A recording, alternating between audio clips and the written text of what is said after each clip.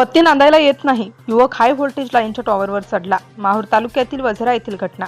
माहूर तालुक्यातील मौजे शेख फरीद वझरा येथील युवक पत्नी नांदायला येत नसल्याने जीव देण्याच्या उद्देशाने हाय व्होल्टेज टॉवरवर चढून त्याने नागरिकांना आकर्षित करून पत्नी नांदायला येत नसल्याचे सांगण्याचा जीव धोक्यात घालून प्रयत्न केला. नागरिकांनी त्याची समजूत काढून खाली उतरवल्याने मोठी दुर्घटना टळल्याची खळबळ उडाली. मौजे वझरा येथील युवक चंद्रकांत चरण चौहान वय 27 वर्षे याची पत्नी विशाखा ही अनमाळ येथे राहत असून ती चरणला अनेक दिवसांपासून सोडून गेली. विरह सहन न झाल्याने त्याने हाय व्होल्टेजवर चढून आरडाओरड करत जीव देण्याचा प्रयत्न केला, परंतु नागरिकांच्या ही बाब लक्षात आल्याने त्यांनी लगेच आरडाओरड करून त्याची समजूत काढून त्याला टॉवरवरून खाली उतरवलं, अन्यथा मोठी दुर्घटना घडली असती.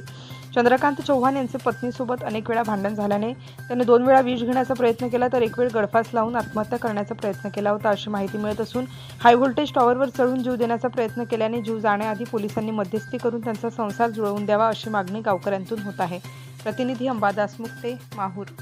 नवनवीन घडामोडी जाणून घेण्यासाठी नवराष्ट्र माझा या आपल्या YouTube चॅनलला लाईक, शेअर व सबस्क्राईब करा. धन्यवाद.